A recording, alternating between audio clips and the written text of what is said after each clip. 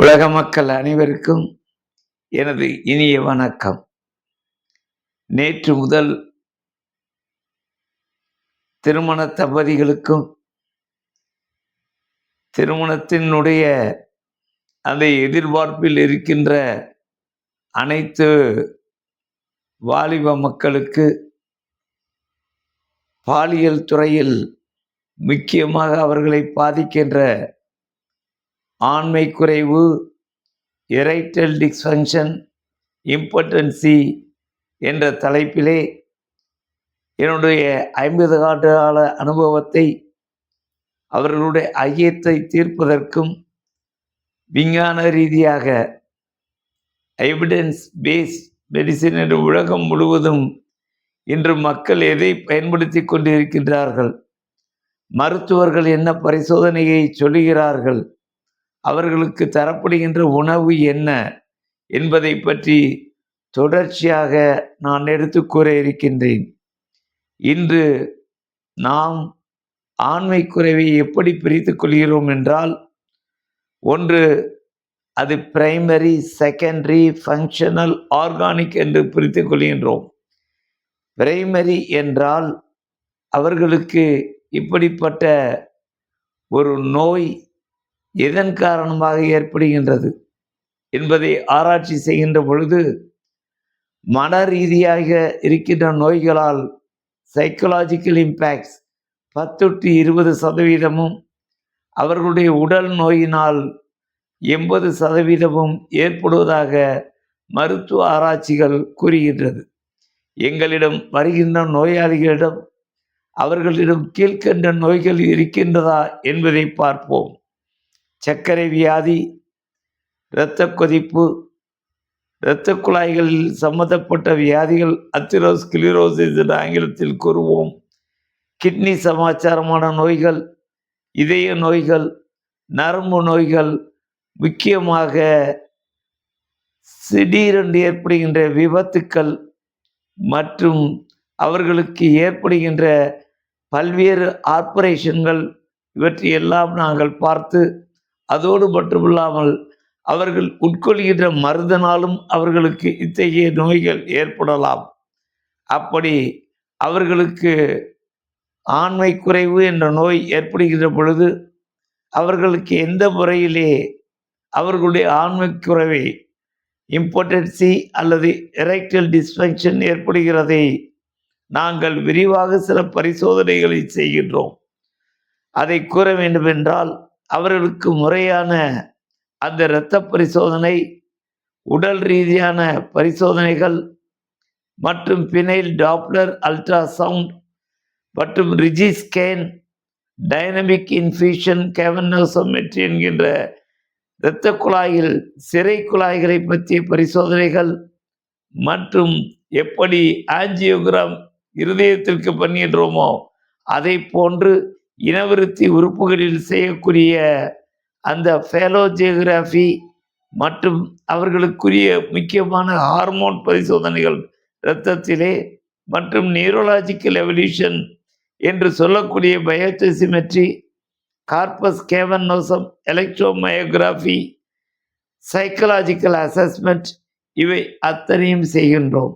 இவற்றை பற்றி ஒவ்வொன்றாக வருகின்ற காலங்களிலே எடுத்துரைக்க இருக்கின்றேன்.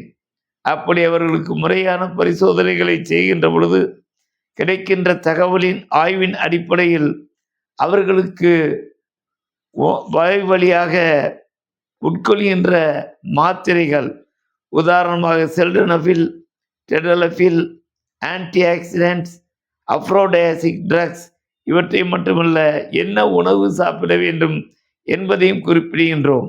அதே நேரத்திலே நவீன காலத்திலே நாங்கள் பயன்படுத்துகின்ற ப்ராஸ்டோகிளாண்டின், ஃபென்டாலமின், பெப்பாவரின் போன்ற ஊசிகளை அவர்களுக்கு கொடுக்கின்றோம். வேக்கம் தெரப்பி மற்றும் சர்ஜரி, ஆப்ரேஷன் முறையில் penile prosthetic implantation, microvascular arterial and venous surgery, surgery for the Peyronie's disease, penile curvature deformities correction, psychotherapy, counselling, இவற்றை எல்லாம் நான் ஆங்கிலத்திலே கூறினேன். ஆனால் தமிழிலே கூற வேண்டுமென்றால் அவர்களுக்குரிய அந்த மாத்திரைகள், அவர்களுக்குரிய லேட்டஸ்ட் இன்ஜெக்ஷன், அவர்களுக்குரிய லேட்டஸ்ட் ஆப்ரேஷன் என்னென்ன, அதோடு மட்டுமில்லாமல் அவர்களுக்கு மன ரீதியாக அவர்கள் கவுன்சில் குடிக்கிறோம், சைக்கோ தெரப்பியும் குடிக்கின்றோம். இதோடு மட்டுமில்லாமல் ஒன்றை நான் கூறிக்கொள்ள ஆசைப்படுகின்றேன். முதலில் ஒருவருக்கொருவர் கணவன் மனைவி இருவருக்குமே புரிதல் வேண்டும். இன்னும் நான் ஒரு உதாரணம் சொல்ல வேண்டுமென்றால், வாழ்க்கை, திருமண வாழ்க்கை அனைவரும் வாழ்த்தி சென்று விடுகிறார்கள். ஆனால் இங்கே இந்த பள்ளி அறையிலே கணவன் மனைவி இருவருமே ஒருவருக்கொருவர் கடவுள் உடலில் படைத்த ஹார்மோன் சுரப்பிகள், அவை இரண்டு பேருக்கும் இறைவன் கொடுத்த அந்த சுரப்பிகள் இருக்கிறது. ஆனால் திருமண பந்தத்திற்கு பிறகு நிச்சயமாக நான் கூறுகின்றேன், சிறந்த ஹார்மோன் என்னவென்றால் ஒரு மனைவிக்கு கிடைக்கின்ற சிறந்த மாப்பிள்ளை, ஒரு கணவனை எடுத்துக்கொண்டால் அவனுக்கு கிடைக்கின்ற சிறந்த மனைவி, அதாவது ஒத்துழைக்கின்ற மனைவி, இவர்கள் கிடைத்து வைத்தால் இதற்கு மேல் ஒரு சிறந்த ஹார்மோன் சுரப்பி இருக்க முடியாது. ஏனென்றால் ஒரு பள்ளி மாணவனை அதிக மதிப்பெண் எடுப்பதற்காக வேண்டி நாம் ஆசிரியர்களிடம் அவர்களுக்கு டியூஷன் என்ற முறையிலே அவர்களை சேர்த்து விடுகின்றோம். நல்ல வாத்தியார் கிடைத்து விட்டால் மாணவன் அதிக மதிப்பெண் பெறுவார். அதை போன்று இது எல்லாம் மணவனுக்கு கணவன் அணைவதும் கணவனுக்கு மனைவி அமைவதும் இறைவன் கையிலே இருக்கின்றது. எனவே ஒத்துப்போகின்ற மனப்பான்மை, விட்டு கொடுக்கின்ற மனப்பான்மை, இவை இரண்டும் கிடைத்து விட்டால் திருமண பந்தத்தில் மட்டுமல்ல, அவர்கள் திருமண உறவில் மட்டுமல்ல, முதல் இரவு என்று கூறுகின்றார்களே, அந்த முதல் இரவு ஒரு நாளில் ஒன்று செல்வதல்ல. நல்ல கணவன் மனைவியுடைய வாழ்க்கையில் அவர்களுடைய தினசரி கடைசி ஆயுள் உள்ளவரை அவர்களுக்கு ஒவ்வொரு இரவுமே முதல் இரவு என்ற அளவிலே அவர்கள் எண்ணங்கள். எனவே உடுக்கை இழந்தவன் கை போல அங்கே இடுக்கண் களைவதாம் நட்பு என்று கூறுவார்கள். இன்னும் சொல்ல வேண்டுமென்றால், ஒருவருக்கொருவர் ஆணுக்கு பெண்ணாடை, பெண்ணுக்கு ஆணாடை.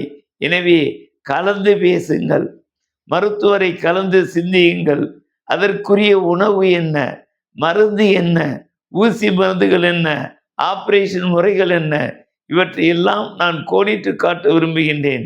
வருங்காலத்திலே நான் அடிக்கடி கூறுவதென்று, இந்த ஆண்மை குறைவு என்ற இதில் வருகின்ற பொழுது மனிதனை எடுத்துக்கொள்ளுங்கள், ஆண்களை எடுத்துக்கொள்ளுங்கள். அவர்களுடைய இனவிருத்தி உறுப்புகளை நான் மனிதனுடைய இரண்டாவது இதயம் என்று கூறுவேன். அது ஒரு வகையில் உண்மைதான். எப்படி இருதயம் ஒரு இரத்தம் சம்பந்தப்பட்ட உறுப்போ, அதை போன்று அவர்களுடைய இனவிருத்தி உறுப்புகளும் இரத்தத்தால் இயக்கப்படுகின்ற ஒரு உறுப்பு. இதயத்தினுடைய அந்த பிளட் பிரஷருடைய அளவு 120/80 என்று கூறுவோம், சிஸ்டாலிக் அண்ட் டயஸ்டாலிக் பிரஷர். அதை விட இது 5 மடங்கு இரத்தத்தினுடைய பிரஷர் அதிகமாக ஏற்படுகின்ற இயங்குகின்ற ஒன்று. இன்னும் உதாரணமாக கூற வேண்டும் என்றால், மேலுள்ள அந்த மனிதனுடைய இதயம் 1 HP மோட்டர் என்று எடுத்துக்கொண்டால் அவனுடைய இனவிருத்தி உறுப்பு 5 HP மோட்டர் என்று நான் மாணவர்களுக்கு கூறுவேன். ஏனென்றால் இங்கே 120 மில்லிமீட்டர் அளவிலே இது இயங்குகிறது. இங்கே அதை விட 5 மடங்கு அழுத்தம் அதிகமாக இருந்தால்தான் அவர்களுடைய அந்த இல்வாழ்க்கை, அந்த உணர்வு, அசைவு, இவை அனைத்தும் ஏற்படுவதற்கு அது உதவுகிறது. எனவே இதயத்தை படைத்த இறைவன் இனவிருத்தி உறுப்புகளையும் அவன் இதயத்தோடு இயங்குகின்ற ஒன்றாக இருக்கின்றது. எனவே இங்கே செய்வதற்கு, இங்கே இது நன்றாக செயல்படுவதற்கு அவர்களுடைய மனமும் உடலும் அது சார்ந்த வியாதிகளும் எப்படி இருக்கிறது என்பதை பரிசோதனை செய்து கொள்வது அவசியம் என்று கூறிக்கொள்கிறேன். இந்நிகழ்ச்சிகள் தொடரும். நன்றி.